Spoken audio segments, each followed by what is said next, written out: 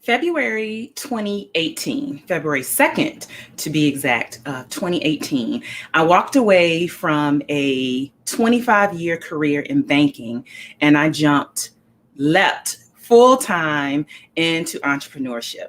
And today I want to share with you 10 things I've learned, observed, aha moments, however you want to categorize that.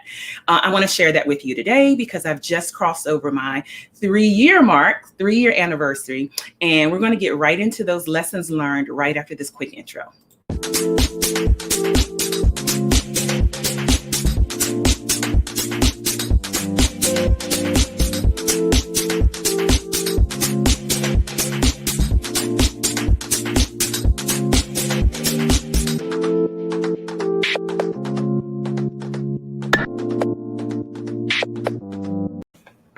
Hi, everybody. Thank you for stopping by live. Listen, I see some people that are popping in already. Hey there, Yulika. Thanks for stopping by. Hey, Betty, my mom. Thanks for stopping by. I am jumping in on your timelines. Yes, right at, I guess, the end of lunch for some of you. It might be the start of lunch for others, to talk about my entrepreneurial journey. So if you are brand spanking new to me, let me introduce myself. I am Charvette Mitchell, and I'm an online strategist. I work with female entrepreneurs and a few lucky men to enable them to build their online platforms and personal brands so that they generate more revenue and more cash. And I do that focused on their marketing, their visibility, and their branding. And I just crossed over the 3-year mark of being a full-time entrepreneur. It was February 2nd. So I just crossed the 3-year mark, and I put a post out with a picture of my old badge. So some of you might have seen that on social media. And I just wanted to jump in and have this conversation and just chat about things that I have learned. I see a lot of love coming in. Hey, from LinkedIn, Tia, thank you for stopping by. I'm super excited because LinkedIn is one of our new broadcast stations. Hey, Ty, thank you so much for all of the love. One of my platform builder clients, Shanae, check her out if you need credit repair information, credit repair help. Hey, Tracy, hello. Yes, thank you, Rosetta from Capital One. Thank you for shouting out. Hey, Brian, thank you so much. So let's jump in. I'm going to continue greeting. I want to honor your time. Again, we're here talking about 10 things I have learned as a full-time entrepreneur, just crossing over the 3-year mark, February 2nd, and I want to share with you. So I'm going to just pop some things up here. Grab a pen if you like. And this really applies to anyone. I think if you are working full-time and you are considering if you're a full-time employee and you're considering going into entrepreneurship, I think this is beneficial. I think if you are a new or a budding entrepreneur, less than 3 years, this is beneficial. And listen, if you've been in the game longer than that, there might be something that I say that you can witness to and testify to. So let me jump right on in. And so one of the first lessons, or I'm going to say aha moments, that I really want to hone in on is that your corporate skills, whatever you are doing in corporate America or whatever type of job that you have, those skills a lot of times are transferable. So I worked for an amazing company for 25 years, and a huge amount of that time I spent as what was called a mobile worker.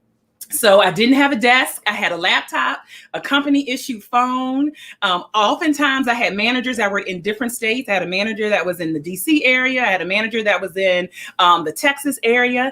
And so let me tell you how that helped. Transitioning to a full-time entrepreneur, guess what? The virtual working, collaborating with customers in different cities and locations, I was cool with that. Why? Because I picked that skill up and honed that skill in corporate America. So don't think that anything that you are currently doing that you're going to toss to the side, that it's not going to be any benefit. It is all transferable skills. Thank you, Suzanne, for popping in, and the congratulations.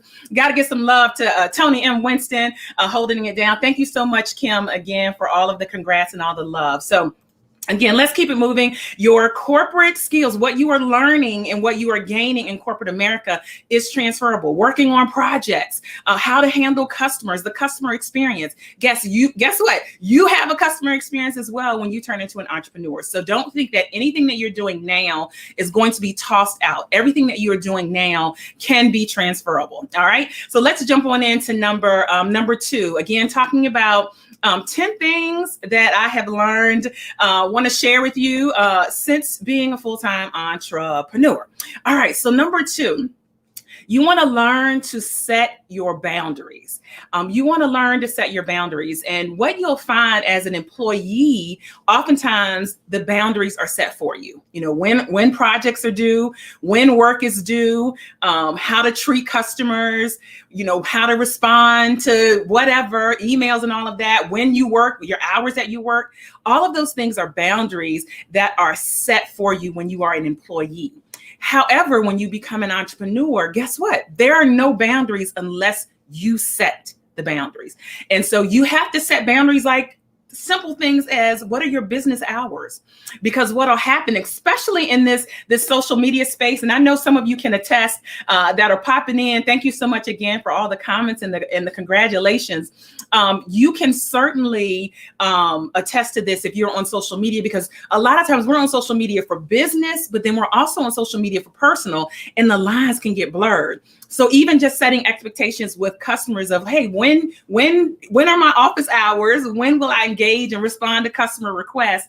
Versus, hey, I see you online at 10 o'clock at night. Let me shoot you a message and see if you can work on something. That's a boundary. And so you want to get clear and get used to and get comfortable with setting your own boundaries, because you won't have any when you jump into entrepreneurship. You have to actually set them.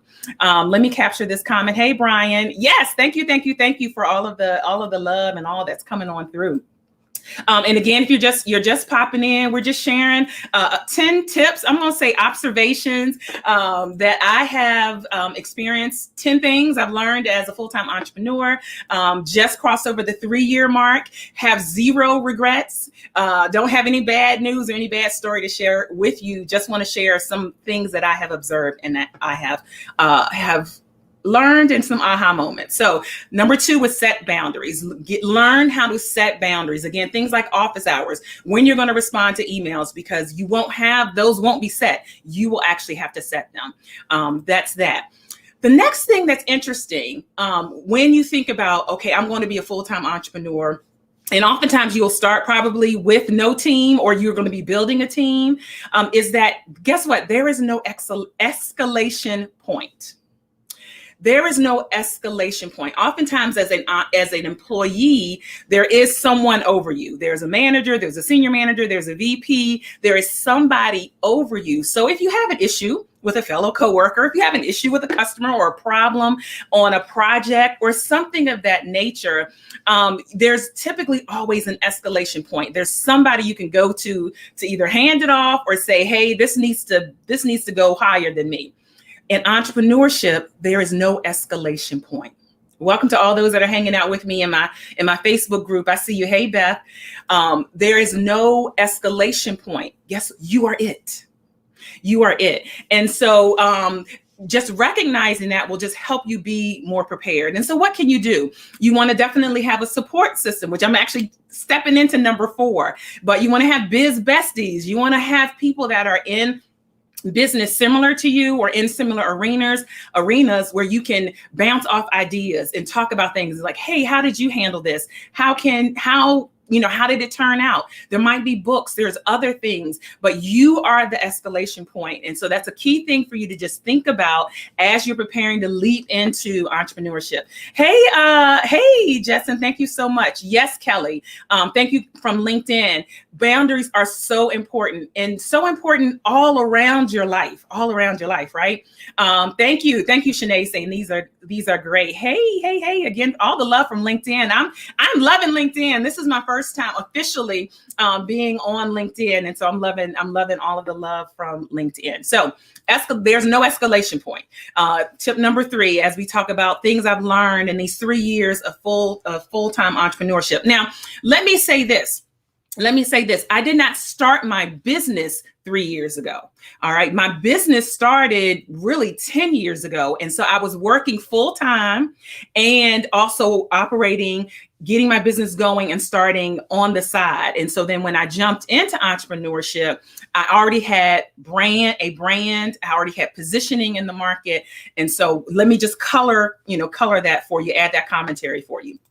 All right. So we move on to number 4, which ties into the last point that I had there around no escalation points, that you basically are it, is that your support system is gold. It is golden. And so what does that look like? Again, that can be people that are in the same type of arena or just other business owners, but also your friends. So you want to make sure that you have friends that you connect with. Like, you don't just throw your friends out in the trash and say, I'm building a business. Y'all don't know anything about it. I'm not going to talk to you. No, you definitely want to make sure you have a core set of friends that you can let your hair down. You can still hang out. You can still do things.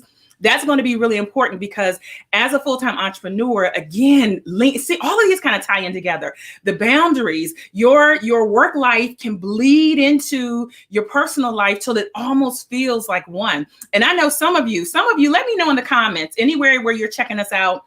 Again, you might be on YouTube. You might be all across Facebook. Thank you for those, again, that are hanging out in the Facebook group. Hey, girl, hey. Those of you that have just started, since the pandemic, have just started working from home. Now, you might not have, prior to the pandemic, you worked somewhere, you went into the office, you carried your lunch, you had a start to the day, you had an end to the day. But now that you're working at home, let me know in the chat, anywhere that you're listening or watching. And even if you catch this in the replay, still comment. Have you found it challenging where it feels like really your life is just blended, because there's no boundaries, no start to the day, no end to the day. You're on Zoom all day, and then you might still have your same pajamas on, and then you get something to eat, and then you're at home and you're Netflixing and chilling, and it just feels all blurred together. So your support system will help you kind of keep that checkpoint of, okay, it's time to have some fun. It's time to hang out. Versus just working all the time in particular, because especially if you're going to be working from home, you have office space. I have office space as well, but I work from home a lot. You just got to make sure, okay, hey, let me pause. Let me have my Sunday brunch, my Sunday hangout with my friends, and, make sure that I keep that going. Yeah. I'm seeing some comments. Tony was like, yes, it's a blur. It can be a blur. Tia, thank you. Yes, agree.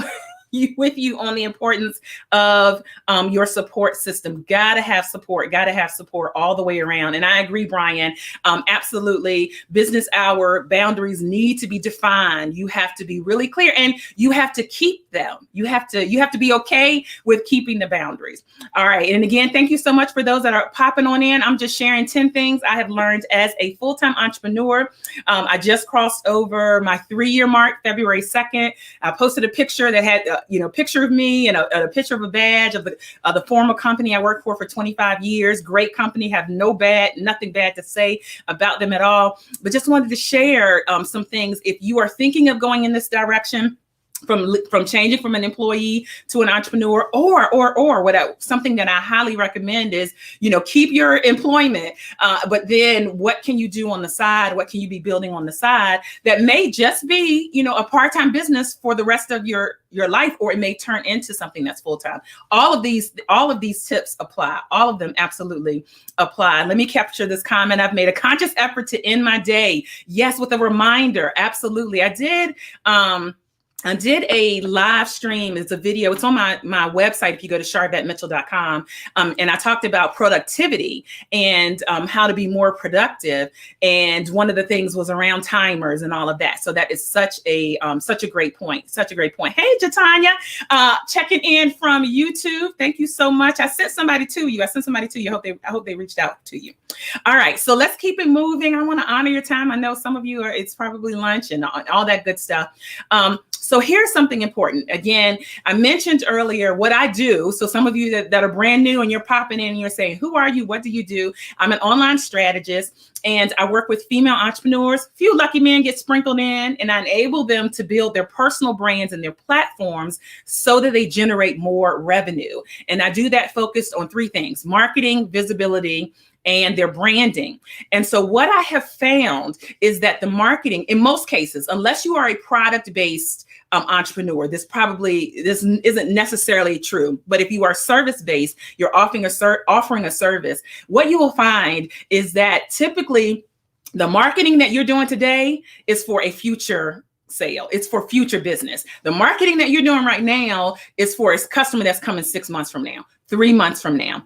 And so that has become really crystal clear to me. I can't tell you, I've had a number of instances where specifically when I went full time, somebody reached out and said, you know what, I had your card on my desk. I had your card. I've had people say, I had your card on my nightstand a year or 2 years, even 6 months, 4 months. And then they're reaching out now saying, hey, I'm ready to do some business. So just keep in mind, because sometimes you can, as a full-time entrepreneur, you can feel like I'm marketing, I'm sharing my business, and I'm not seeing, the hits that I want to see. Just keep in mind, you've got to keep marketing because it's coming. It's just, again, service-based. Now, product-based, a lot of times your marketing, you can market today and the shopping carts are filling up today. But for a lot of service-based businesses, people need some time to see you. They need some time to get comfortable. They're checking out different options. They may not be ready right then, but they could be coming back. And so you want to continue to market. I want to stick this point here. Also, current marketing is for future business. A lot of times I will hear, I've heard people say, hey, I work full time. I have a business idea. I'm not going to actually do anything with the business. I'm going to give myself 2 years. I'm going to leave where I'm working and I'm going to start a business. And they don't do anything related to the business while they're working full time. Let me be very crystal clear. That is a gross error.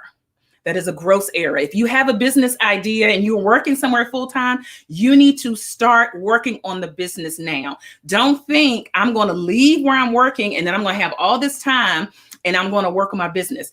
One of the key things is current marketing equals future business. So you don't want to, if you are working full time, you don't want to say, I'm going to stop, I'm going to just focus on this full-time job and then I'm going to leave at some point and work on the business. You want to be doing both of them because the marketing is going to kick in and those customers will come back to you, be based off of marketing that you're doing today. So just keep that in mind. Thank you. Yes, yes, yes. Thanks, Tony Winston, for dropping in. CharvetteMitchell.com will take you to everything, everywhere everything I've got going on is an easy place. And so tied into, yes, a gross error. Thank you, Christy. It is a gross error. And tied into marketing, actually, you see, here on the screen, joincharvette.com. I'm actually offering a complimentary webinar tomorrow night, Tuesday night at 8 p.m. Eastern. Go ahead and grab your seat. It's 4 must-have video strategies that you need. I mean, I'm telling you, you need them. So if you're looking at increasing visibility, stepping up your marketing, join me, joincharvette.com for a complimentary masterclass that's taking place on Tuesday at 8 p.m. And if you're saying, ooh, Charvette, I have an obligation, I can't join you. If you go ahead and just drop your name and your email, I will send an email of the link that you can have. The replay will be available for 72 hours. So go ahead and joincharvette.com, jump over there and grab your complimentary seat. 4 must-have video strategies, video marketing strategies, which ties into this tip about current marketing really equals future business. All right. I love it. I love it. Completely agree. You got to start being visible while you're working. And you have some disposable income to do some things that you might not have and might not be able to do later on. Okay. So that's that tip there. All right. Let's keep it moving. Number 6, we're going to 10. Number 6, outsource in business and personal life. This is a tip and something that I have become really more clear on, I would say, since as a full-time entrepreneur. You want to, and a lot of times when people hear outsource, they get it. They're like, that's hire virtual assistant, that's hire graphic artists, hire designers, hire copywriters, outsource the things that you don't do well or that you don't like to do. Yes, I am in agreement with that. So outsource for tasks and things of that nature. But that's related on the business side. You also want to be thinking about your personal life. So I'm going to give you an example.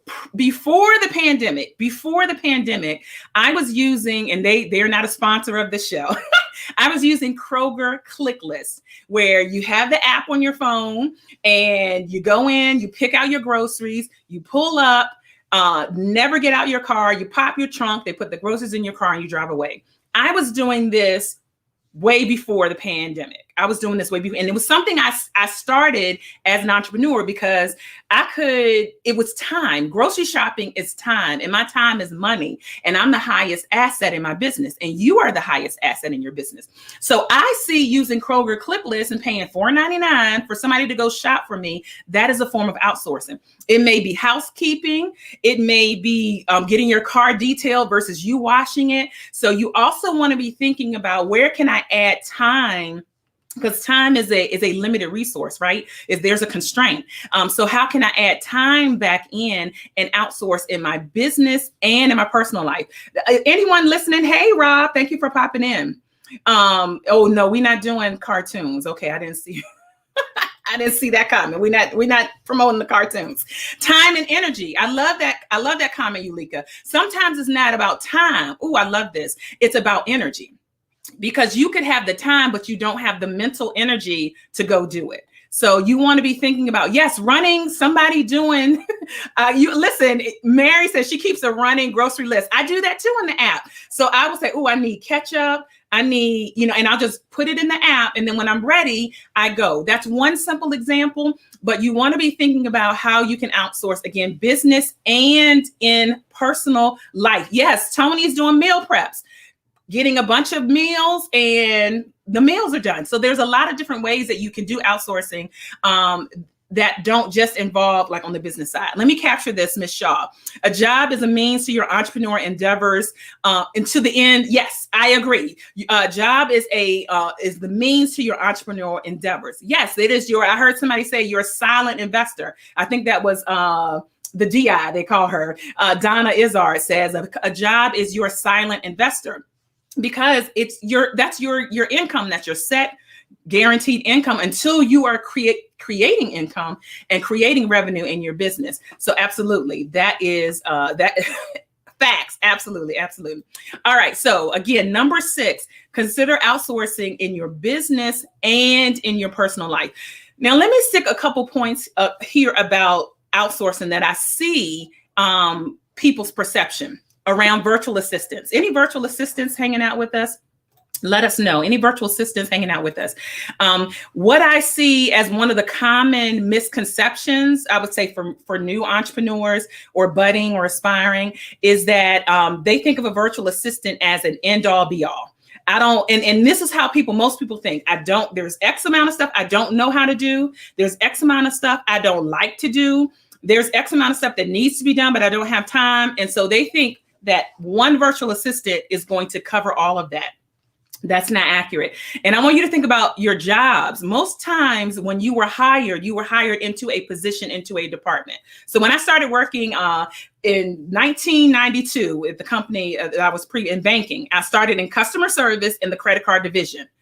I was not hired to do customer service in credit card division, customer service in mortgages, customer services in auto loans. I wasn't hired to also do HR, and I wasn't hired to also do marketing. I was hired for a position. That's how, when you're outsourcing, you have to think about it. A lot of times people think virtual assistants are going to do all 5 things, and they're not. So this is just a little bit of my soapbox I'm jumping on, but I want to help you if you have that thought process.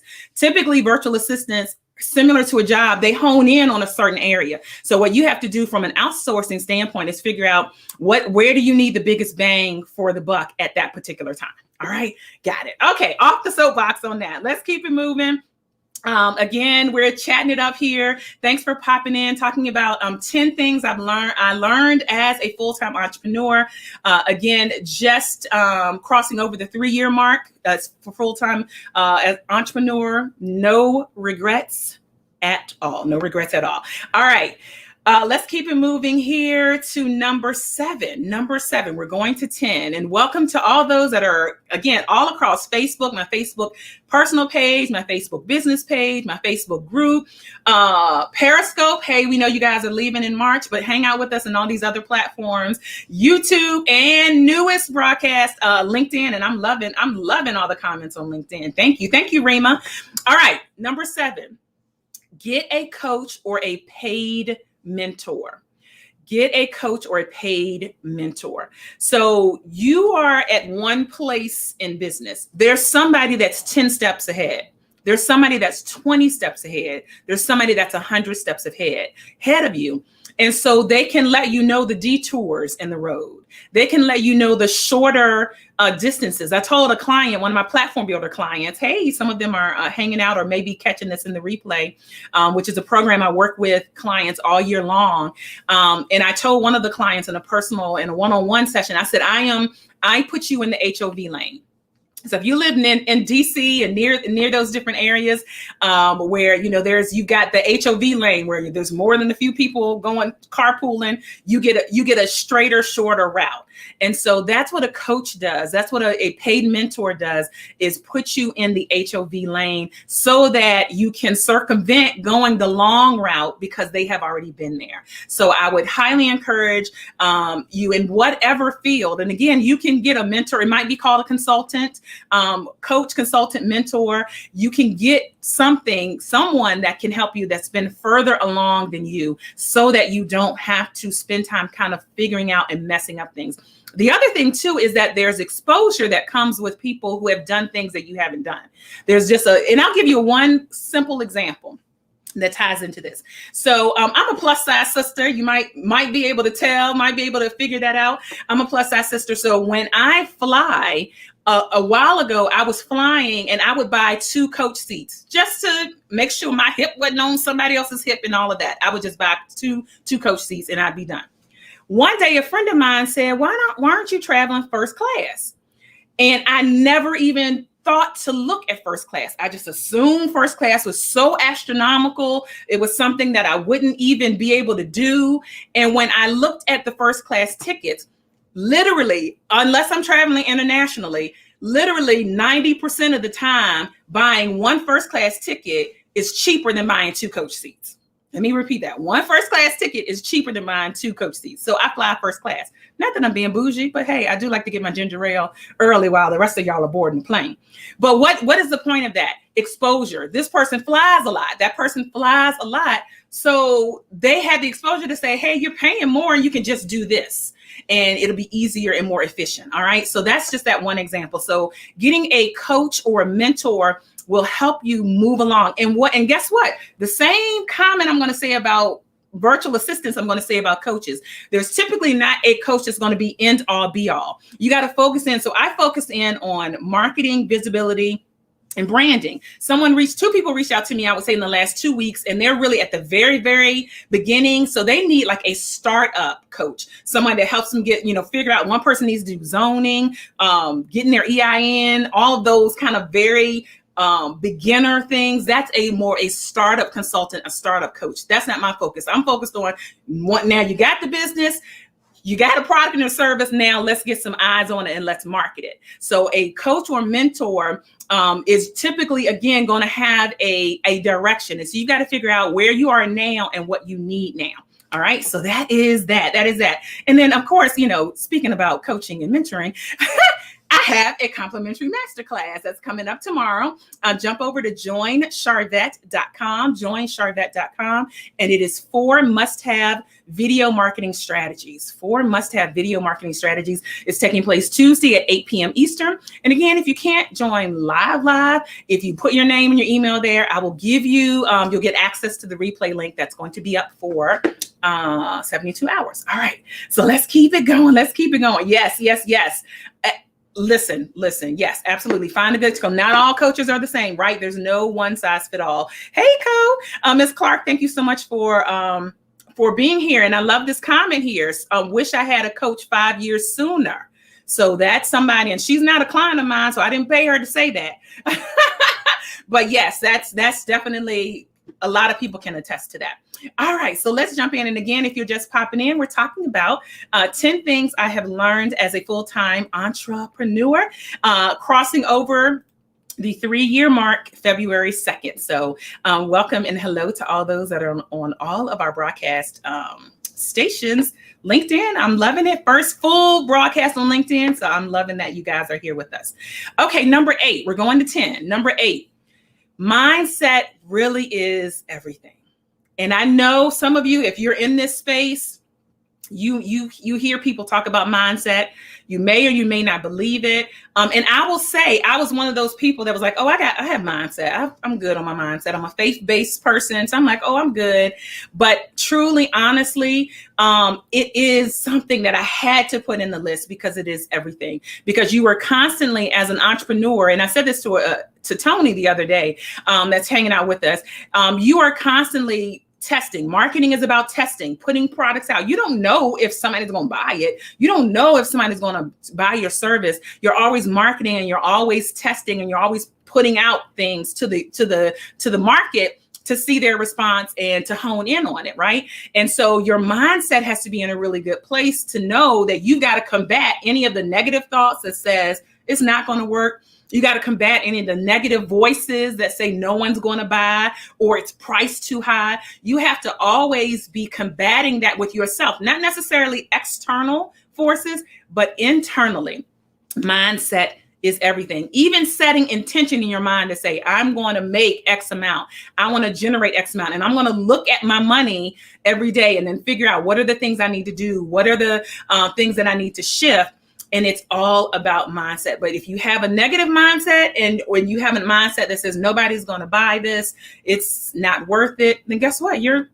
That's what's going to happen. That's what's going to happen. So you've got to check your mindset. Thank you, Mary, for popping in. I appreciate it. Let me capture this. Yes. So Rosetta said, do you have a presence on Clubhouse too? I do. I'm on Clubhouse at Charvette. So I do more. I will say I do more in other social media sites such as Facebook and Instagram. But yes, I do have presence on Clubhouse. Hey, James, thank you so much for popping in. And yes, Ms. Clark. Mindset, bossing your thinking. Yep. You got to do it. All right, let's keep it moving because I want to be out your way. You want to anticipate an evolution. Yeah, you want to anticipate that you will evolve. And so I know some of you have read the book, Who Moved My Cheese? Oh gosh, it's been out for years, right? About anticipating change. And so what you offer will evolve, or the customers you offer it to will evolve. Or what you want to do and want to provide will evolve. And so what I started at has evolved. The types of customers I work with, the way I work with customers, that has evolved because guess what? Your skill set is always growing. Your skill set is always changing. You're always learning more. You're always getting feedback from your clients and from the market of what to offer. And this is we could look at McDonald's. We could look at any business. We could look at Target. There is a level of evolution that's going to happen somewhere in your business. It could be the marketing. Again, it could be the audience. It could be what you're offering. And so anticipate that where you are right now is probably not where you're going to be a year from now, 2 years from now, 5 years from now. Okay, which should be exciting, right? That should be exciting and something that you look forward to. So anticipate an evolution. So there are services that 3 years ago I was offering, and as of the end of last year, at the end of 2020, I'm no longer offering. Anticipate an evolution. All right, we're down to number 10. We are down to number 10. Absolutely. Yes, absolutely. Stagnation is the death of entrepreneurship. You have to be nimble, and you have to be adjustable. And that's life as well. Even as an employee, listen, even as an employee on your job, if you think you're going to sit in any one position and there's not going to be change, you are thinking erroneously. I mean, even if you sat in a customer service, I'll just take that a customer because that's a standard position that's across, a lot of different platforms. Even if you sat in a customer service position for a long period of time, the systems have changed, the processes have changed, how many calls you got to get per hour have changed. All of that is changing, even if you sit in just the same exact position. So anticipate evolution. All right, I'm wrapping up right now. I'm done right now. Yes, let me capture this, Shanae. Evolution is something that I knew would happen, but never really considered it or put a name on it. Yeah. Anticipate it, put a name on it. The last thing that I want to say here, every journey is different.